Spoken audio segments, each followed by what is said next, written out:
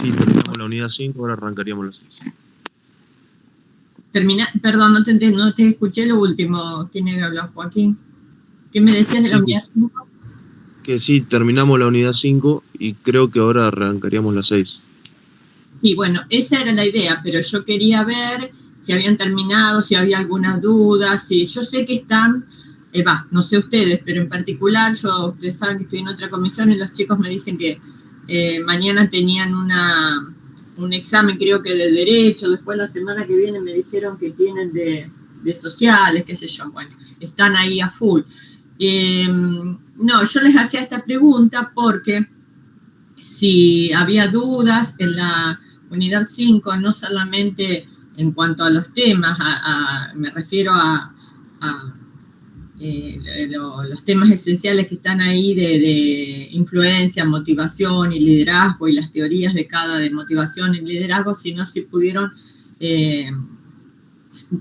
por eso sé que están con otras cosas, pero si pudieron realmente estudiar, compenetrarse, especialmente para los que están ahí, que rinden el integrador y tienen la posibilidad de promover la materia y faltan 15 días y yo sé que tienen todas las materias juntas.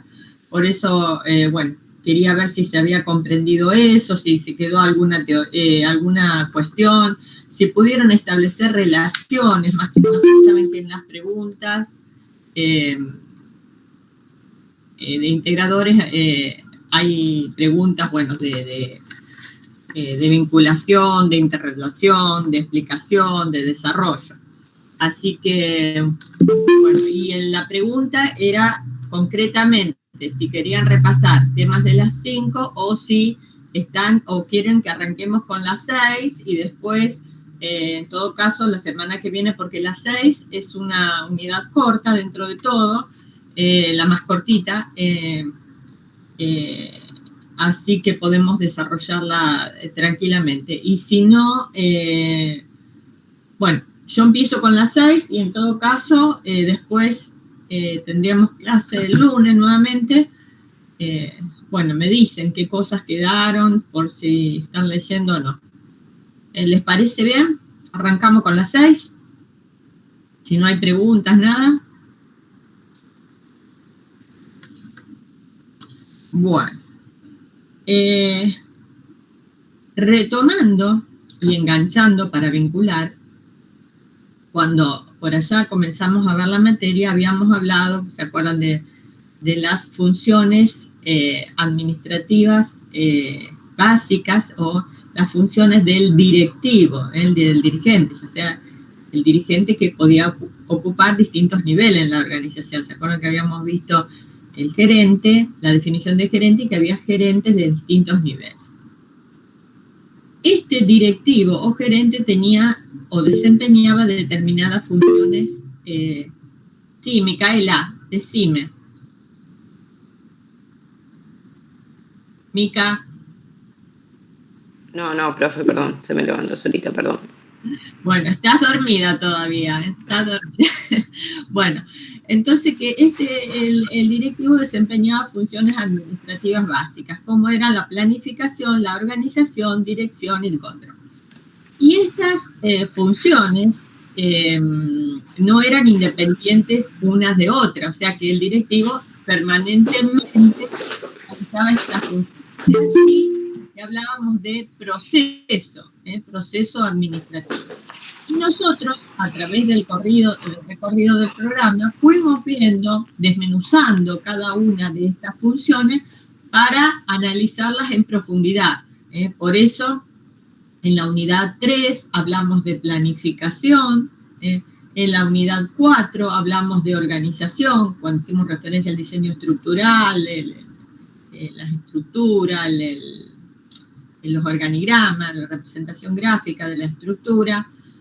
En la unidad 5, ustedes terminaron de ver el proceso de dirección, que tenía que ver con motivar, dirigir, seleccionar los canales de comunicación adecuados, resolver conflictos y liderar, ¿no?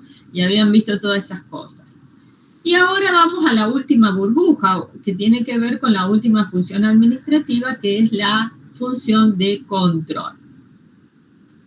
con esta función de control estaríamos cerrando ese circuito del proceso administrativo. Esto lo comento porque esto tiene relación con esa unidad y también con la unidad 7 que recibieron ustedes al principio, con la unidad 1, que no sé si están leyendo o no, pero después hablaremos de ese tema, que yo les voy a pedir que lean ya la unidad 7 cuando, para la semana que viene o la otra, que vamos a estar ya en instancias finales. Bien, entonces vamos a hablar del control. El control, como última función, también es un proceso. Las 4 es un proceso, pero cada una de esas actividades o funciones, planificación, organización, dirección y control, son funciones administrativas y son procesos en sí. Siempre que hablamos de proceso, refiere a una continuidad, que no es algo que se hace en un determinado momento. No es que yo controlo en un minuto, dirijo o planifico, ¿no? Es un proceso. En este caso, el proceso de control consiste en monitorear las actividades, o sea, ver las actividades que se han efectivamente realizado y ver si se llevaron a cabo acorde a lo que se había planificado, la planificación, proceso previo, y corregir si hay desviaciones significativas. Entonces, el control me garantiza que las actividades se llevaron a cabo de forma tal que se alcancen las metas. Y si no fue así, habrá que ver por qué aconteció eso, ¿no? Ahora, ¿por qué es importante este proceso? Todos los procesos son importantes, pero ¿por qué les parece que, a ver si alguien puede opinar, que es importante o tan importante el proceso de control o controlar, como comúnmente si uno hace referencia? ¿Por qué puede ser importante el proceso? Para cumplir los objetivos. Bien, una es esa, ¿no es cierto? Ver si realmente se cumplieron con los objetivos que estaba propuesto. Entonces, por eso es el eslabón final y digamos que liga la planificación con el control. Porque si yo no hubiese planificado previamente, no tendría contra qué comparar o contra qué chequear, ¿no? O sea, es el medio para ver si las metas de la organización han sido alcanzadas o no, y cuáles son las causas o los desvíos, porque si no se alcanzó, ¿por qué razones no se alcanzó? Y como dijimos, es el eslabón final de la cadena funcional de las actividades administrativas. De allí la relevancia. Muy bien. Además de tener relación directa con la actividad de planificación, también el control, otra cosa que hace es que favorece a la delegación. Cuando hablamos de delegación, recuerden que lo que delegábamos era la autoridad y no la responsabilidad. Entonces, si a través del control yo puedo obtener retroalimentación de lo que se hizo y cómo se hizo, entonces, y como la administración es un proceso continuo, entonces tener un sistema de control eficaz contribuye a que haya mayor delegación, dado que ese mismo sistema me está proveyendo de información y retroalimentación sobre el rendimiento, ya sea de las personas, de los colaboradores, a quienes se les ha dado autoridad para cumplir con la función. Entonces, dos cosas por las que son, o sea, por muchas cosas son importantes, pero dos aspectos que tienen relevancia fundamental para controlar si se cumplió con los objetivos, la meta, en qué medida, si hay desvíos, y por otro lado, contribuye a una mayor delegación. O sea que si tuviéramos que establecer también una relación entre la delegación y el control, es una relación muy directa. Mayor control, mayor delegación. Bien. También, digamos, permite o posibilita a los directivos, a los gerentes, que puedan, en cierta manera, ir monitoreando los cambios que se producen en el ambiente y qué repercusiones van teniendo en la organización. Imagínense cómo está ocurriendo ahora, que tenemos numerosos cambios agigantados, entonces eso también permite, si uno va controlando qué va pasando, tener como una perspectiva de la repercusión o cómo repercuten algunas variables del contexto externo del ambiente sobre la organización. Bien, dicho esto, se ha explicado la definición de control, por qué es importante, para qué sirve y su interrelación con algunas de los temas o variables que vimos, vamos al proceso. Ustedes cuando vieron proceso de toma de decisiones, vieron 8 pasos. Cuando hablaron del proceso de planificación o la administración estratégica, también teníamos 8 pasos. Y acá el proceso de control es más cortito, solamente tenemos 3 pasos en el proceso de control. El primer paso, que tiene que ver con medir el rendimiento real o medir el desempeño, lo que se hace en la organización. El segundo paso, que tiene que ver con comparar con el rendimiento real con un estándar. Y tercer paso, tomar medidas correctivas. En 3 pasos solamente. Vamos a ver cada uno de estos. Medir el rendimiento real, o lo que decimos medir el desempeño, lo que efectivamente se hizo en una organización. Este primer punto tiene que ver con 2 cosas que son importantes. ¿Cómo voy a medir ese rendimiento y qué es lo que me va a interesar medir de eso que pasó en la realidad?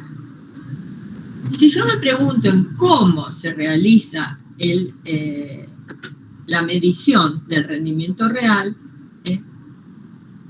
lo primero que tengo que hacer es captar información de esa realidad o de esos hechos o de esas actividades que se llevaron a cabo. Entonces, ¿cómo se realiza? A través de la obtención de información.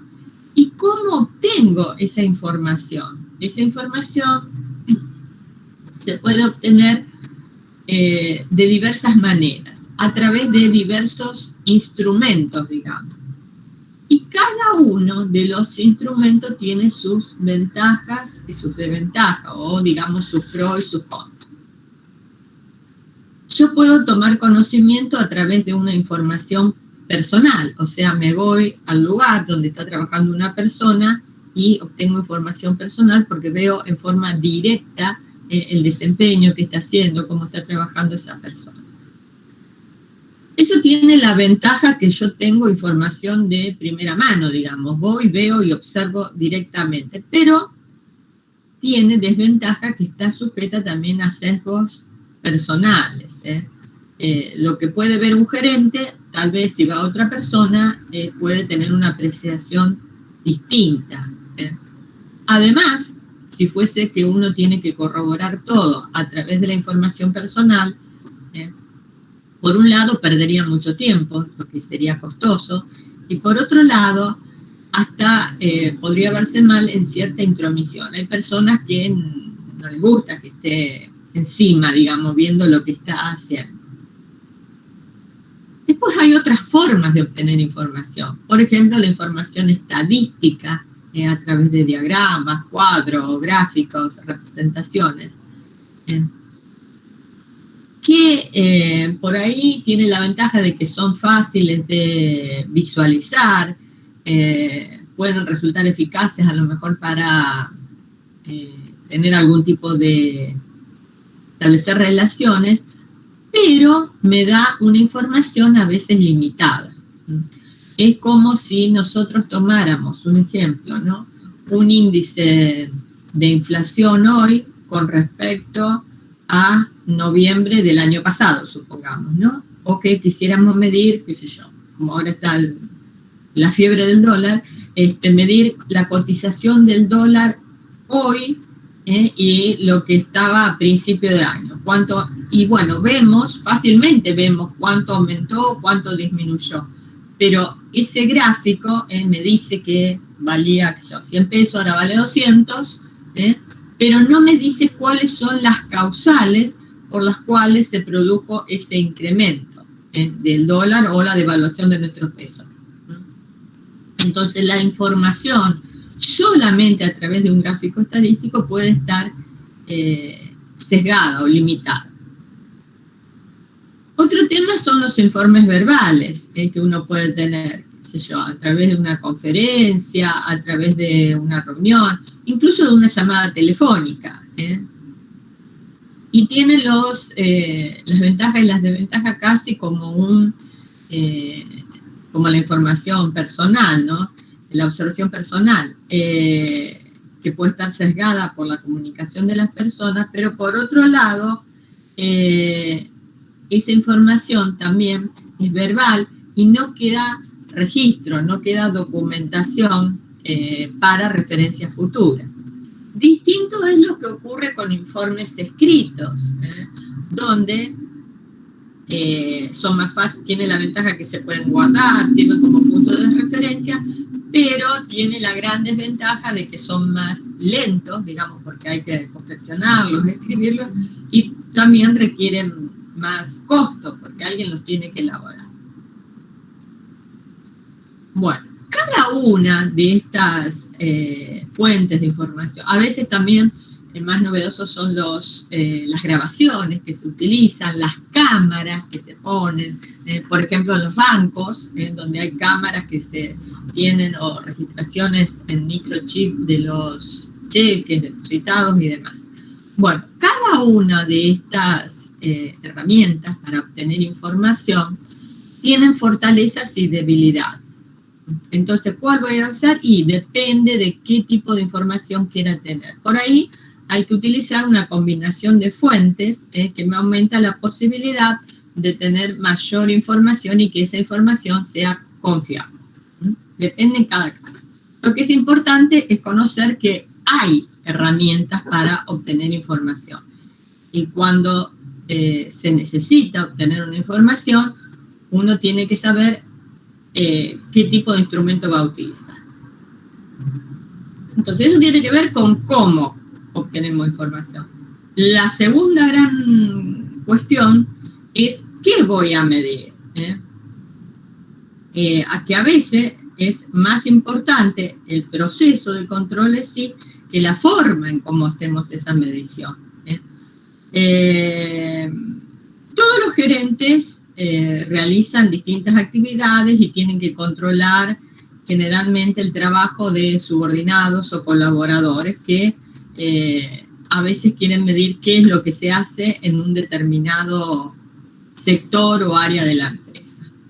Por ejemplo, les pregunto a ustedes, a un gerente de producción, ¿qué le puede interesar saber o qué le puede interesar medir?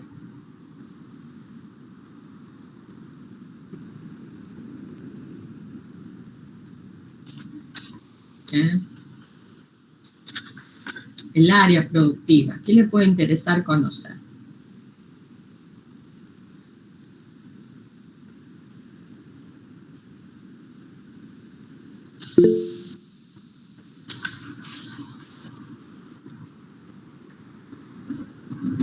Unidades producidas por día, me pone Pilar ahí en el chat. Bien, bien. Las unidades que se producen. ¿Qué otra cosa más?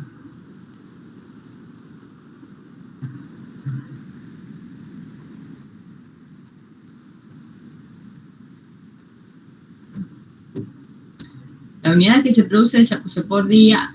El costo, Nahuel, no sé si podría ser, depende a cargo de quién esté los costos. El costo, la determinación de los costos como función, podría estar en el área productiva, pero a veces, como función en sí, la determinación de costos, de lo que tiene que ver con numérico, con la plata, lo hacen dentro del sector de administración. Entonces, sí, para chequear lo que hacen en el sector productivo, es ver como dice Pilar, hay las unidades que se produjeron por día, por semana, por mes. Si hay unidades defectuosas, qué cantidad de unidades se elaboraron, si hay desperdicios de las materias primas, de los insumos. Para esto, ustedes siempre piensen en un ejemplo y tengan en cuenta esto que en los...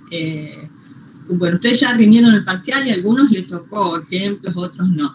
Pero para el examen, ustedes piensen en el ejemplo para ubicarse esto. Supónganse, qué sé yo, vamos a una fábrica de jean, por ejemplo, de pantalones, una fábrica de jean.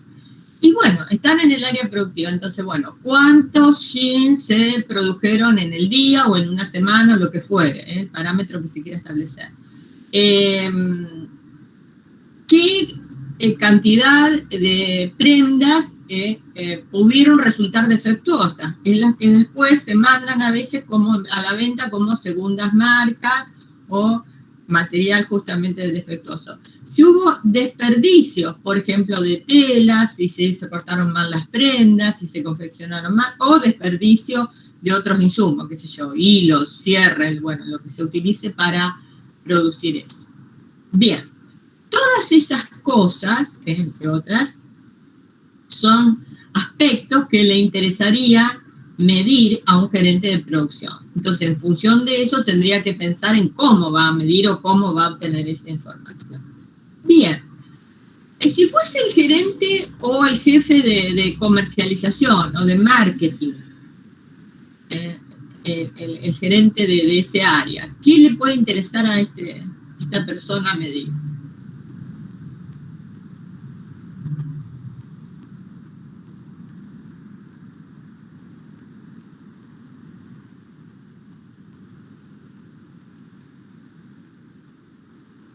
A ver, en el área de marketing, piensen, por ejemplo, en ventas, que es una función del área de comercialización. ¿Recuerdan cuando veían el organigrama? Bueno, yo no sé, ustedes vieron con la otra profesora, pero vieron que de cada departamento, producción, comercialización, administración, finanzas, habían funciones que son a veces específicas de un sector. Por ejemplo, la función de venta es específica del área de comercialización.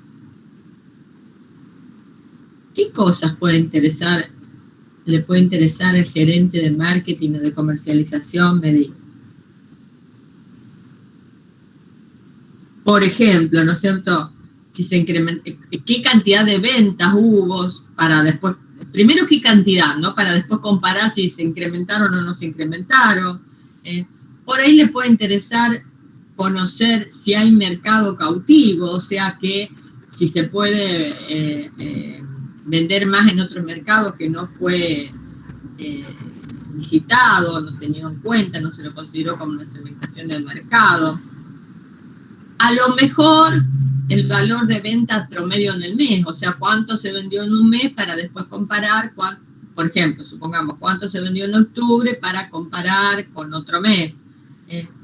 Si hay vendedores que visitan la zona, a veces depende del producto, la empresa, la organización, ¿qué cantidad de visitas hicieron esos vendedores a los clientes, por ejemplo? Bueno, todas esas cosas sirven de retroalimentación a ese sector. O sea, en cierta medida estas cosas resultan o se pueden medir cuantificando. Lo mismo que a lo mejor en el área, una empresa grande que tuviera en el área de personal o llamado recursos humanos también, también les podría interesar conocer la asistencia de las personas al trabajo o qué cantidad de personas se ausentaron en el mes para después tal vez ver cuáles fueron las causales. Si cumplieron con la fecha con la hora de entrada y de salida horaria, digamos, del trabajo, por ejemplo, en el área del personal. Todas esas cosas hay maneras o formas de medir. Antes se ponía hay empresas que tienen tarjeta, hay otros que tienen registros de firma, hay otros que controlan de otros modos. Bien. Pero hay otros trabajos que son más difíciles de medir en términos cuantificables, digamos, en cantidad. Por ejemplo, si yo quiero, en el área a lo mejor productiva, yo tengo un químico que está investigando a lo mejor una nueva fórmula para un poco lo que había dicho, no me acuerdo quién, Nahuel, para abaratar el costo de un producto. Supongamos que se quiere abaratar el costo de un producto, ya se analizó eso y que está el químico en el sector productivo y que dice, bueno, a ver si podemos hacer una nueva fórmula para reducir ese costo. Pero ese trabajo del químico, el desempeño, el rendimiento de un químico, a veces no es fácil cuantificar, o ni que hablar si está desarrollando una nueva fórmula, un nuevo producto. Yo no sé si esa persona va a trabajar un día, una semana o un mes. Entonces hay aspectos que son difíciles de medir porque no hay parámetros de comparación, digamos. De todos modos, cuando no se puede medir en términos cuantificables, lo que se suele recomendar es utilizar alguna otra medición de tipo subjetivo. Si bien las medidas subjetivas tienen limitaciones, es mejor tener algo que no hacer ningún tipo de comparación. ¿Cuáles son las medidas subjetivas? Y, por ejemplo, comparar con otra industria, con otra empresa del mismo sector. Sabemos que eso no es preciso, porque todas las organizaciones son diferentes. O tomar parámetros de referencia del sector o de la industria, datos estadísticos, etcétera, etcétera. Tomar referencias de otros lados. No es certero porque no se puede hacer extrapolaciones directas a una organización, pero sí, por eso son medidas subjetivas que sirven para ver en cierta manera, compararnos, son medidas relativas para comparar el desempeño. O sea, a lo que voy, que no todas las medidas son cuantificables ni se puede tener información exacta en cantidad, en porcentaje, en números exactos ni precisos. Pero siempre es mejor tener algo que nada para ver el desempeño de una organización.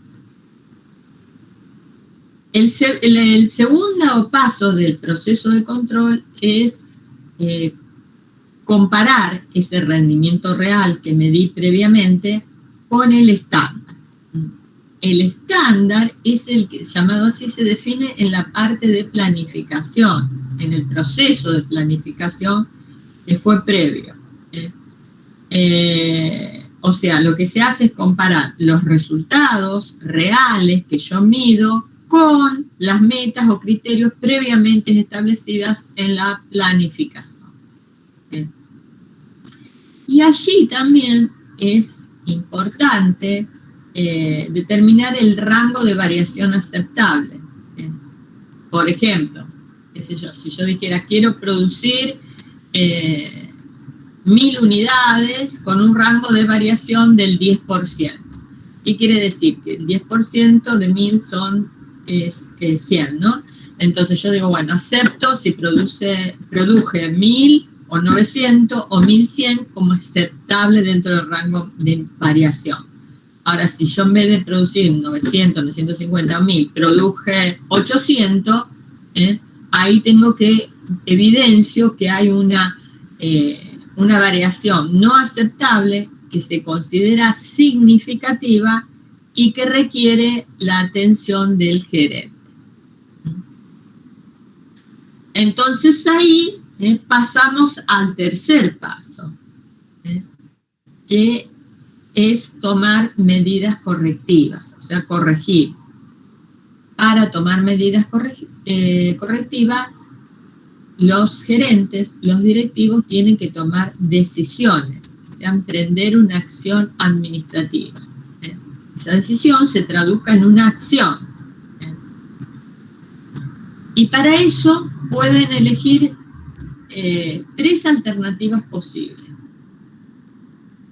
No hacer nada, ¿se acuerdan que no hacer nada también era una decisión? Cuando habíamos proceso decisorio decíamos, bueno, no hacer nada también era una decisión. corregir el rendimiento real, y ese corregir el rendimiento real tiene dos acepciones. Primero, para corregir el rendimiento real hay que determinar las causas por las cuales se produjo ese problema, ese incidente o esa actividad que fue deficiente. Por ejemplo, lo que dije antes, la baja del nivel productivo. Bueno, una vez que se detectó eso, hay que emprender una acción correctiva. La acción correctiva puede ser inmediata o básica. Inmediata o básica. Dentro del segundo paso, ¿no? De corregir el rendimiento real. Entonces uno emprende una acción administrativa inmediata o básica. Inmediata tiene que ver con corregir rápidamente el problema y lograr que ese rendimiento se solucione también rápidamente. Supónganse que se produjo menos porque se rompió una máquina en el sector productivo. Y bueno, entonces la solución sería, bueno, reparo inmediatamente la máquina y sigo trabajando para recuperar el nivel productivo. Eso sería una acción correctiva inmediata. Y después, la segunda sería una acción correctiva básica, que es la más recomendable. Esto tiene que ver determinar cómo y por qué se produjo ese problema, es decir, buscar las verdaderas causales del problema y recién corregir el desvío. En el mismo ejemplo que yo les estaba contando, supongamos se rompió la máquina. En vez de, por supuesto que después habrá que repararla, pero además de que se rompió la máquina, es ver por qué se rompió esa máquina, buscar las verdaderas causales. Se rompió porque ya estaba totalmente amortizada, estaba viejita esa máquina y en cualquier momento era inevitable su rotura. Se rompió porque el operario hizo un mal uso de esa máquina, supongamos, la utilizó mal, la empleó mal, porque se utilizó a lo mejor materias primas o insumos que no se hizo el control de calidad previo y eso eran deficientes y ocasionó un atascamiento y una rotura de la máquina, etcétera. Cualquier fuera el causal, pero lo que hay que buscar es precisamente por qué ocurrió eso. Eso se llama determinación de la causal o de la causa para luego corregir el desvío. Bueno, eso es importante diferenciar esas dos acciones. Lo que es inmediato, reparo y sigo, y lo que es básico, ver dónde efectivamente está el problema. Y otra tercera alternativa dentro de otra medida correctiva, otra acción administrativa, es revisar el estándar. Que el estándar, como les dije antes, tenía que ver, o sea, es algo que se determinó en la planificación. Esto puede pasar a veces porque se planificó algo que no es muy realista o que no es difícil alcanzar. Pero en este caso no es menos recomendable, digamos, así como lo más recomendable es emprender una acción correctiva básica, revisar o corregir el estándar no es recomendable. Porque muchas veces, ¿por qué no es recomendable? Porque muchas veces cuando no se alcanza el estándar, probablemente uno tienda a bajar su propia medida de rendimiento. Ejemplo, en el caso de ustedes, supongamos que ustedes empezaron el año en la facultad y planificaron, o sea, dentro de su estándar, dijeron, bueno, no sé cuántas materias tienen ustedes ahora con el nuevo programa, son 6, ¿cuántas tienen el primer año? 7, bueno, tienen 7 materias. Bueno, entonces ustedes dicen, ven el programa, el plan de estudio, y dicen, bueno, llegado diciembre del del 2021, usted dice, bueno, tengo que tener las 7 materias aprobadas para pasar a un segundo nivel y hacer el año que viene segundo año. Entonces llegamos a noviembre, diciembre, y alguien tiene 4 de las 7 que se había propuesto, que había planificado rendir. Y dice, y bueno, yo, en vez de hacer lo que habría que hacer, o sea, una acción correctiva básica sería, bueno, sentarme a reflexionar o pensar, ¿no? ¿Por qué aprobé 7? No estudié lo suficiente, fueron materias difíciles, costó la adaptación del nivel medio al nivel superior, la virtualización fue un método que no me ayudó, no me sirvió demasiado, tuve una profe que era un desastre, qué sé yo, no sé, diferentes, o yo estuve todo el año medio desinflado y llegó en diciembre y tengo en noviembre, diciembre, todas las cosas juntas y no puedo rendir, tengo un integrador un lunes, otro el miércoles, otro el viernes y no puedo, como antes no llego. Entonces, bueno, eso sería ver realmente qué ocurrió para reflexión y para pensar cómo continúo. La corregir el estándar tiene que ver decir, bueno, yo dije 7, pero rendí 4 y bueno, rindo 4 y chao. Me conformo con las 4 y las otras 3 las recupero el año que viene. Entonces, ahí uno tiende a nivelar para abajo, digamos. Entonces dice, bueno, si puedo rendir 4 y el año que viene hace una planificación otra vez que tiende a la baja. Bueno, eso en las organizaciones no es recomendable. Y bueno, y en la vida de ustedes verán ustedes, cada uno en qué situación está. Pero bueno, eso es el proceso de control. O sea, 3 pasos dentro de cada uno de esos pasos, consideraciones con respecto a lo que se quiere medir y cómo se va a medir y qué cosas controlar y qué cosas no.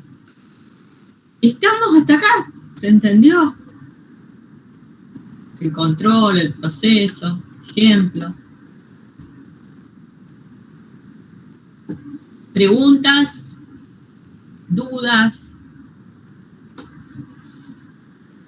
¿Seguimos?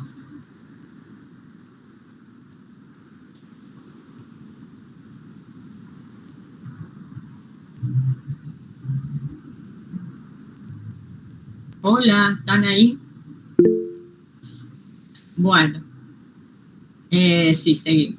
Bueno, entonces, vimos el proceso. Ahora vamos a la tipología, así como tenían tipos de planes, tipos de decisiones, acá también tenemos tipos de control, tipología o clasificación de los controles.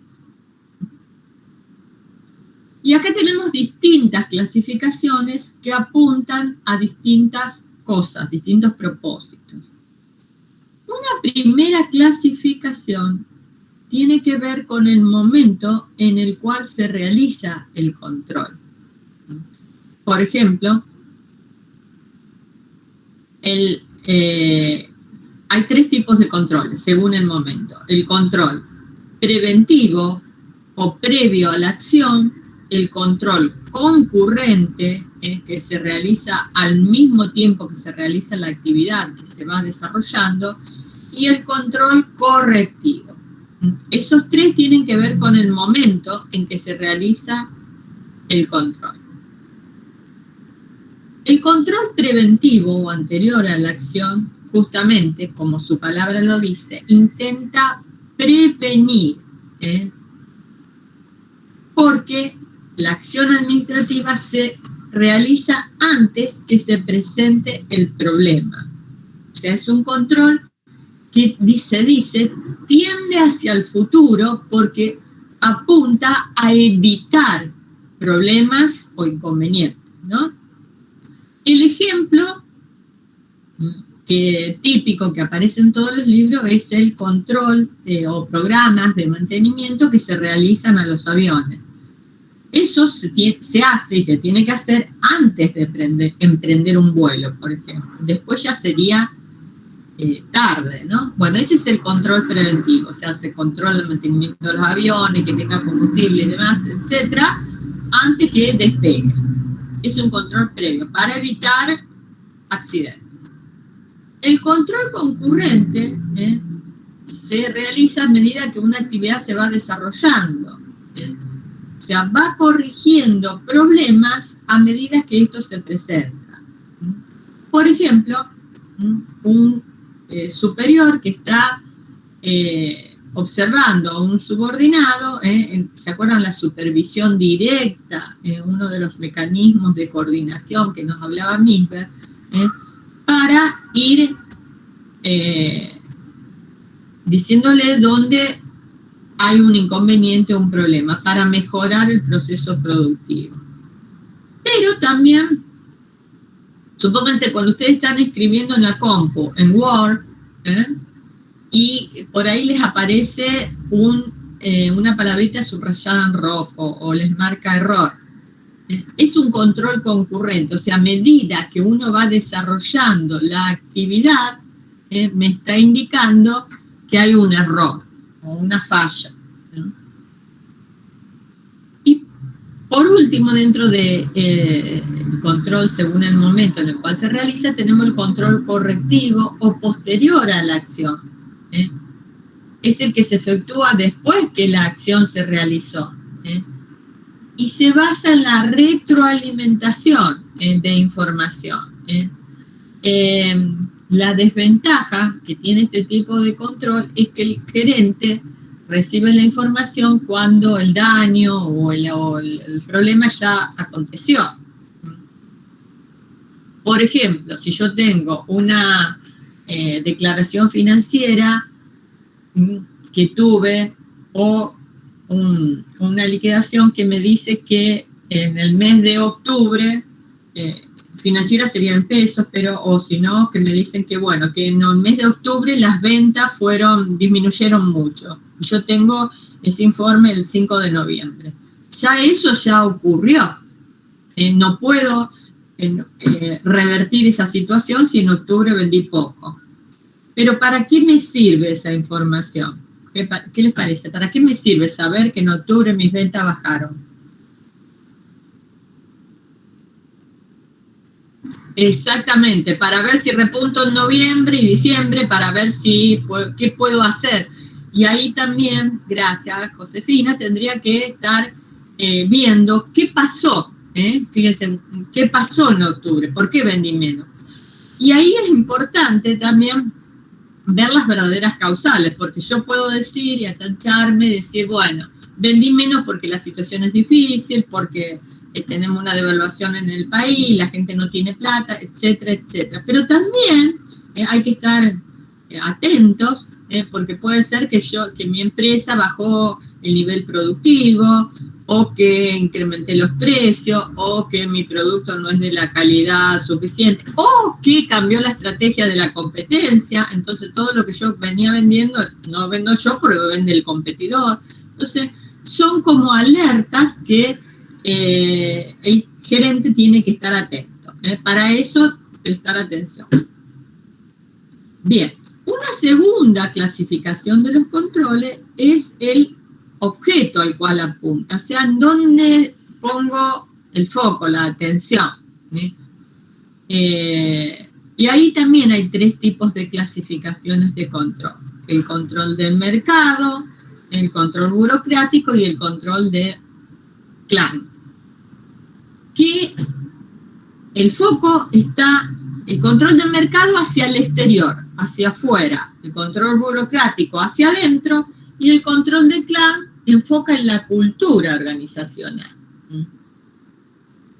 Por ejemplo, en el control de mercado, que mira hacia afuera de la organización, ¿qué mira? Factores externos, justamente el precio, la competencia, la participación en el mercado. ¿Para qué? Para establecer parámetros de comparación de la empresa con respecto a la competencia, ¿no? Esto generalmente lo hacen organizaciones que tienen productos o servicios que son específicos y distintos, donde hay una gran competencia en el mercado. Por ejemplo, primeras marcas, qué sé yo, Sancor, La Serenísima, que miran permanentemente cuáles son los productos que ofrecen unas, cómo cambiaron el diseño, cómo cambiaron el envase, qué estrategia de comercialización utilizan, a qué canales de distribución llegan, etc. Eso es para no perder mercado o no perder la participación. Coca-Cola y Pepsi, por ejemplo, hacen eso. Muchas empresas de cerveza, por ejemplo, las que son líderes, hoy en día hay mucha competencia en ese rubro, pero permanentemente están midiendo en el mercado, midiendo marca, midiendo consumo y demás. Ese es el control de mercado que pone el énfasis en variables externas. El control burocrático, por el contrario, mira hacia adentro de la organización. Hacia adentro que tenemos las reglas, los procedimientos, las políticas, de qué forma están estandarizadas las actividades, cómo están descritos, por ejemplo, los puestos de trabajo. Generalmente es para ver que los empleados muestren comportamientos adecuados y satisfagan esos estándares de requerimiento que están estipulados por esas normas, procedimientos o reglas y demás, ¿no? Este control burocrático, para que ustedes lo relacionen, está muy vinculado a, en la unidad 7 ustedes van a ver la escuela burocrática o teoría burocrática. En realidad no es escuela, porque no se alcanzó a constituir como escuela, sino es la teoría de la burocracia, donde el principal referente fue Weber. Y acá el control burocrático hace referencia a la burocracia, no en sentido como peyorativo, como uno podría pensar cuando habla de control burocrático, sino lo que se buscaba era justamente que sea más eficaz, más eficiente. Mirar hacia adentro para mejorar esas cosas en el interior de la organización. Y por último, el control de clan, que pone el énfasis, el foco en las conductas, en los comportamientos de las personas, que muchas veces se regulan por valores compartidos, normas, tradiciones, leyendas, todo lo que tiene que ver con aspectos de la cultura organizacional que ya vimos en la unidad 2. Entonces esto se vincula con la unidad 2. ¿Y qué pretende? Que las personas, los individuos, el grupo que trabaja en una organización se encuentre identificado con el rendimiento, con el comportamiento apropiado, con el comportamiento esperado de las personas. En definitiva, es como a veces se dice en la jerga callejera, digamos, en el lenguaje común, es que lo que se pretende es que los individuos tengan puesto la camiseta de la empresa.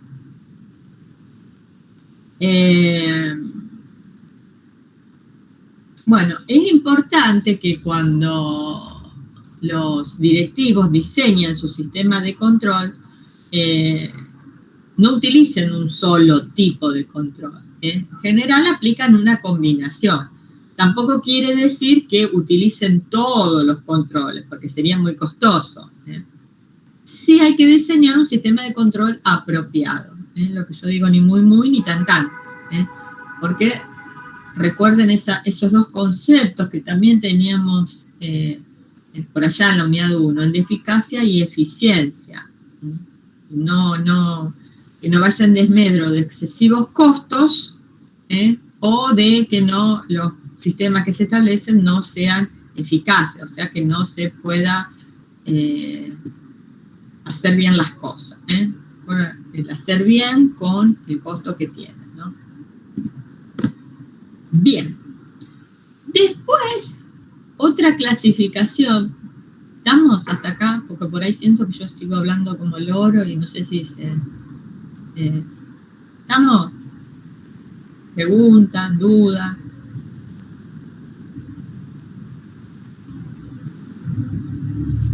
Bueno, una última clasificación de los controles, que ustedes tienen por ahí una publicación de cátedra que vincula el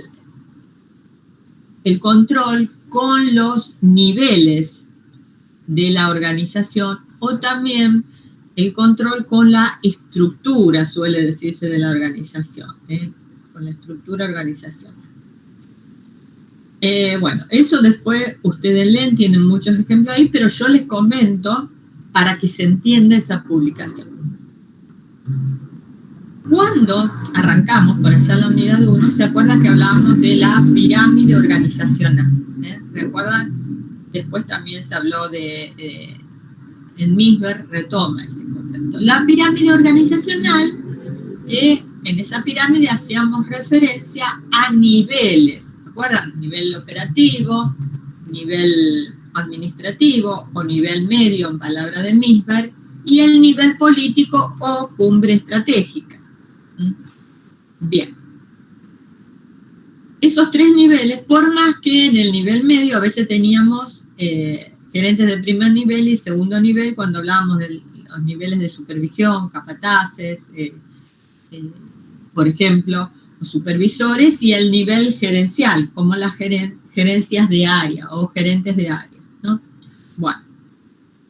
Pero en líneas generales hablamos de tres niveles: nivel operativo, nivel administrativo y nivel político. ¿Se acuerdan de esto, no? Porque si no, esto es lo básico para entender cómo se realiza el control en cada uno de esos niveles. A esto apunta esta clasificación. O sea, que si no tenemos claro lo otro, no podemos saber entender la cuestión del control. A ver, el nivel político, el nivel más alto de la organización, la cumbre estratégica. ¿Qué hacía la cumbre estratégica? ¿Cuál es la principal función del nivel político dentro de la organización?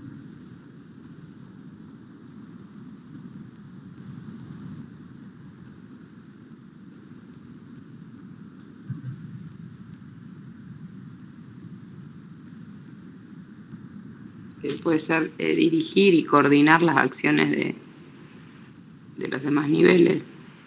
Sí, eso hace, pero ¿qué establece para, digamos, después dirige, si coordina, supongamos, los gerentes, justamente tiene que ver con la amplitud del control también, pero ¿qué establece para la organización? Está bien lo que decís, pero... sí, los objetivos o metas generales, digamos, hacia dónde va la organización.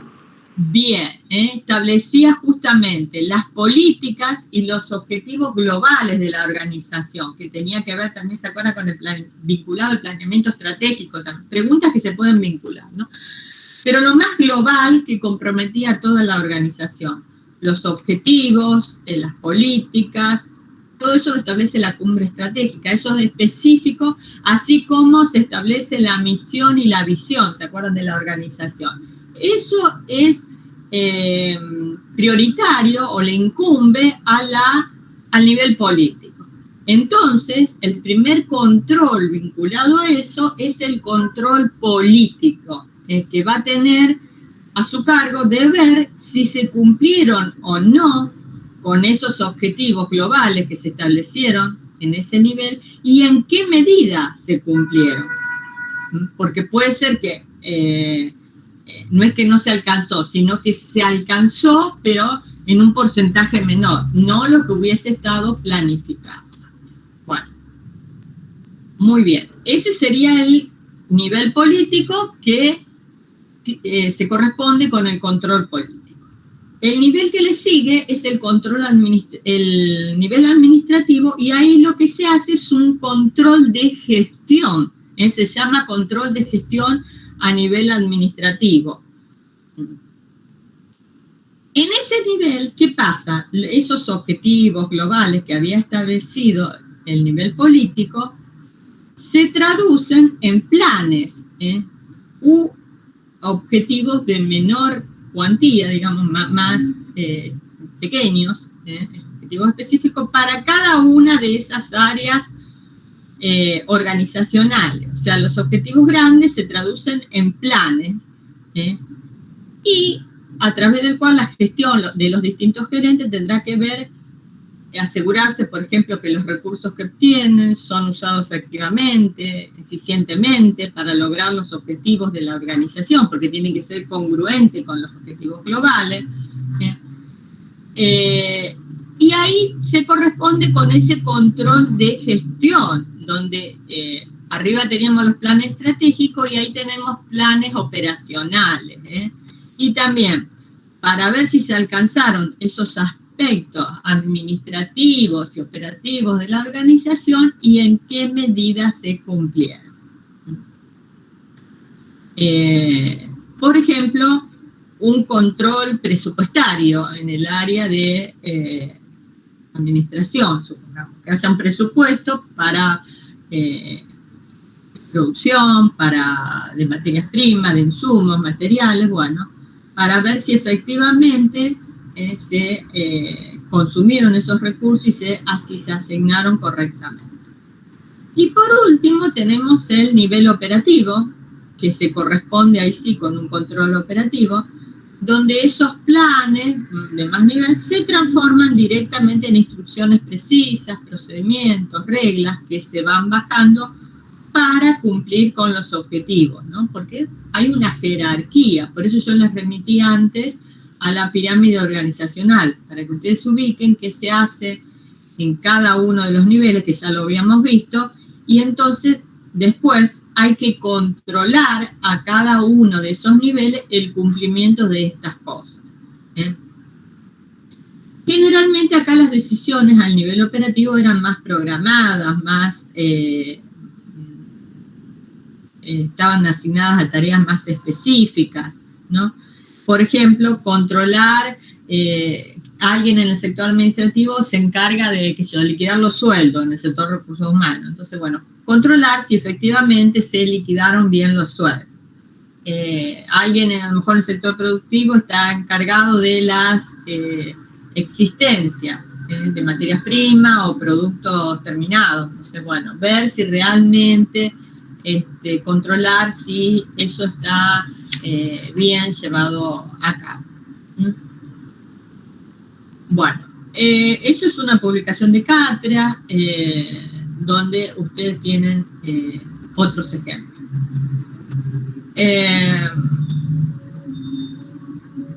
Bien, ¿qué otra cosa? Otro tema son las características que tienen que tener los controles o requisitos mínimos que te debía tener un control para ser eficaz. Y por ahí tienen en el libro como 10 características, está mencionado 10 características. Bueno,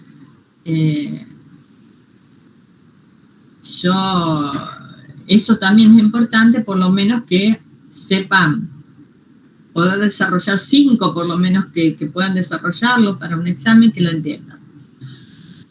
Vamos a mencionar algunas. Por ejemplo, si yo digo la precisión en un sistema de control. Un sistema de control que tiene que ser preciso.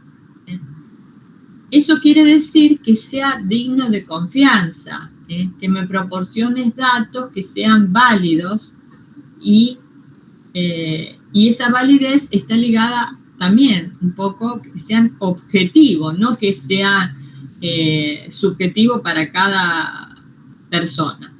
Por ejemplo, si yo quiero medir el costo de la canasta familiar, y bueno, que me proporciones datos válidos de lo que realmente vale cada producto que conforma esa canasta en el presente, no datos que sean mentirosos, digamos, que no sean creíbles, ¿no? Profe, perdón, ¿esto qué sería? Las características más relevantes que tendrían que tener los control eficaz, para que sean eficaces.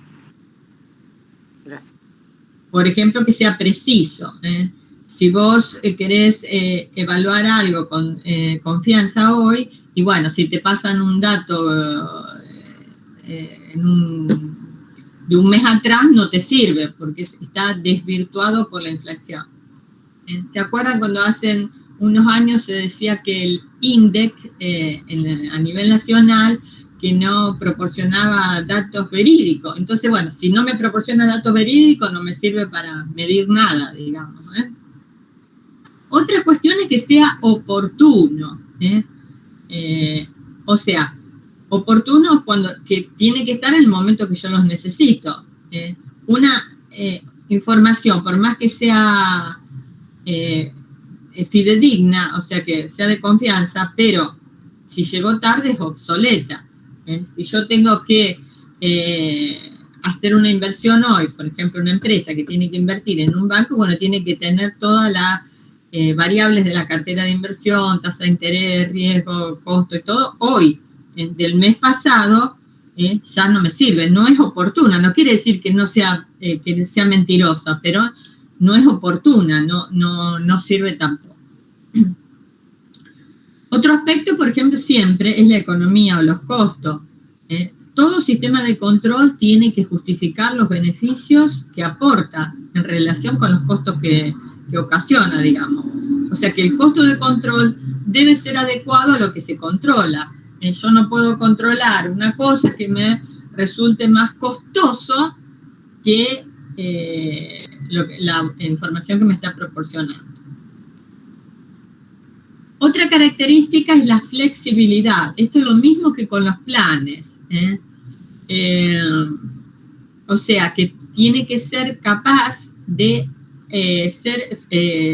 la facilidad de ajustarse a los cambios adversos, digamos, poder aprovechar nuevas oportunidades. El costo tiene la información, ¿no? Porque estamos hablando de la información para el control. Otro aspecto por ahí dice la inteligibilidad.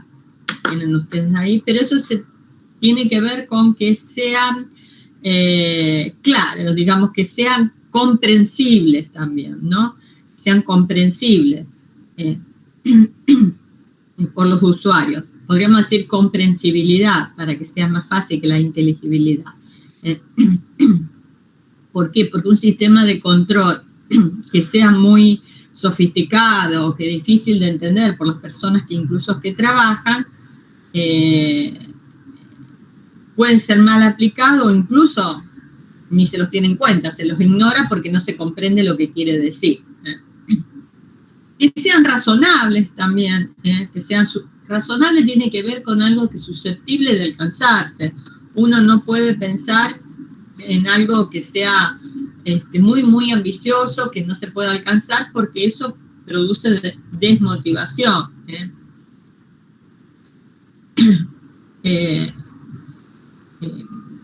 Otro es la acción correctiva, por ejemplo, ¿no? O sea, señalar el problema y la eficaz y la solución eficaz en el momento requerido, no lo que decíamos antes. Bueno, son 10. No sé si hay algunos que me pasé por alto, pero los tienen ustedes ahí y los leen. Pero por lo menos 5 que puedan explicar, digamos, ¿no? También por ahí tienen lo que se habla acerca de qué se entiende por disfuncionalidad de los controles. Bueno, funcional es algo que sirve, que es útil, que es válido, eso es funcional. Disfuncional es todo lo contrario, es algo disfuncional. Entonces, ¿qué sería? Cuando los controles se vuelven ineficaces, imprecisos, no son razonables, no son oportunos. Entonces, en definitiva, no son de utilidad para el gerente, no sirven, porque el gerente pierde de vista las metas globales, generales, y esos controles no ayudan a alcanzar esos objetivos propuestos. Y esto es importante tenerlo en cuenta porque la organización, mejor dicho, el gerente, el directivo, el responsable, es el que tiene que manejar los controles, no que los controles manejen en la organización. Por ejemplo, cuando se evalúa la cantidad de producción y se ignora la calidad, puede haber un problema ahí, ¿no? Porque, entonces, ¿qué es lo que quiero medir y por qué? Por ahí me concentro mucho en un aspecto y se descuidan otros. En ese sentido, control tampoco es sinónimo de controles en general. Bien. ¿Se entiende hasta acá?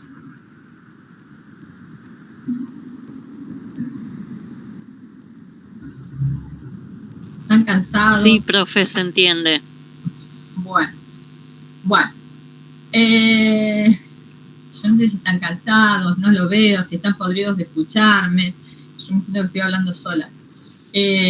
Bueno, nos queda, ahí tienen ustedes un último capítulo en los apuntes que hace referencia al sistema de información para la dirección o sistema de información para la gerencia. Por ahí habla acerca del MIS, en la palabra en la sigla inglesa. MIS es Management Information System, o Sistema de Información para la Toma de Decisiones Gerenciales. Bueno, les voy a dejar para que lean eso, ese último, son algunas hojitas ahí de un capítulo, para que lo lean. Vamos a retomarlo, vamos a charlar el lunes eso. Y el lunes vamos a terminar con esto de control. El lunes, sí, tenemos clase. Sí, lunes 15, el otro lunes feriado. Vamos a retomar esto, vamos a ajustar la unidad de control. Y si yo sé que están viendo otros temas, otras materias, el lunes quiero que terminemos con control y algunos repasos de algunos temas, algunas cuestiones que ustedes tienen de la unidad 5.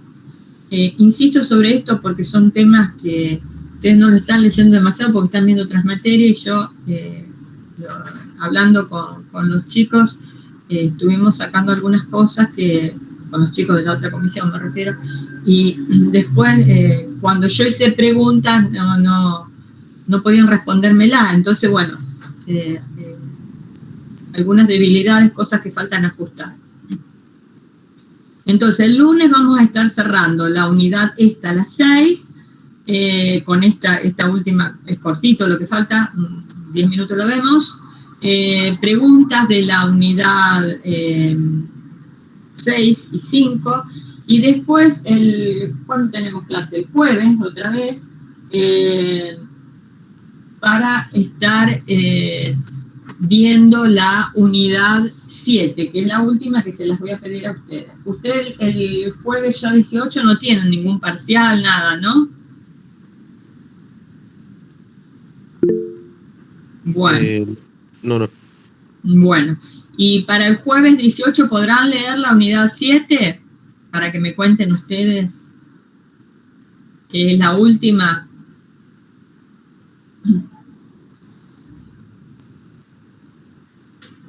El 17 tiene integrado de ciencias sociales. Y bueno. Profe, igual todos los días, vamos. O sea, todas estas 2 semanas vamos sí, a estar viendo. Una tras de otra. Bueno. La unidad 7 era un poco, digamos, todo lo que veníamos dando, pero vinculado a los autores y a las escuelas. Claro, esa es la idea de repasar eso. ¿Por qué? Porque si ustedes pueden vincular o están leyendo los temas, lo que ya vieron, ya sé que tienen otra materia. A mí me gustaría que entre el lunes, el 18, que es el jueves, que tendríamos clase, redondear con la unidad 7, o sea, terminar el programa. ¿Por qué digo esto? Porque el otro lunes 22 es feriado. El lunes 22 es feriado por el Día de la Soberanía, que es el 20, pero se traslada al lunes 22, que es feriado. Y después tendríamos el 25, jueves 25, que sería para consultas, porque ya el 26 se rinde el integrador. Entonces, por eso me gustaría, como el 18, redondear con la unidad 7, comentarla, aunque sea charlarla, y bueno, pero de todos modos ustedes saben que son conceptos teóricos que ya se venían vinculando con cada punto del programa y que, bueno, tienen que... ¿Por qué hago énfasis en esto? Si bien el integrador o globalizador integra las 7 unidades, pero va a haber preguntas de control, o sea, la motivación, la unidad 5, 6 y 7 que estamos viendo ahora. Así que bueno, ese sería el cronograma, ¿no? El lunes que viene, hablar de control, a ver si hay que ajustar algo, o incluso si vemos el tiempo podemos empezar a ver algo de la unidad 7 y terminarlo el 18. Y después el 22 sin clase y el 25 consulta. No obstante todo eso, si alguien tiene preguntas, cosas, por lo menos... bueno, yo no tengo inconvenientes y bueno, lo que sí estaría bueno que se promueva la materia. Así que, bueno, los dejo acá, los dejo descansar. Que no me... Y bueno, cualquier cosa, bueno, nos vemos el lunes 15 entonces. Muchas gracias, profe. Gracias. Gracias, profe. Hasta el lunes.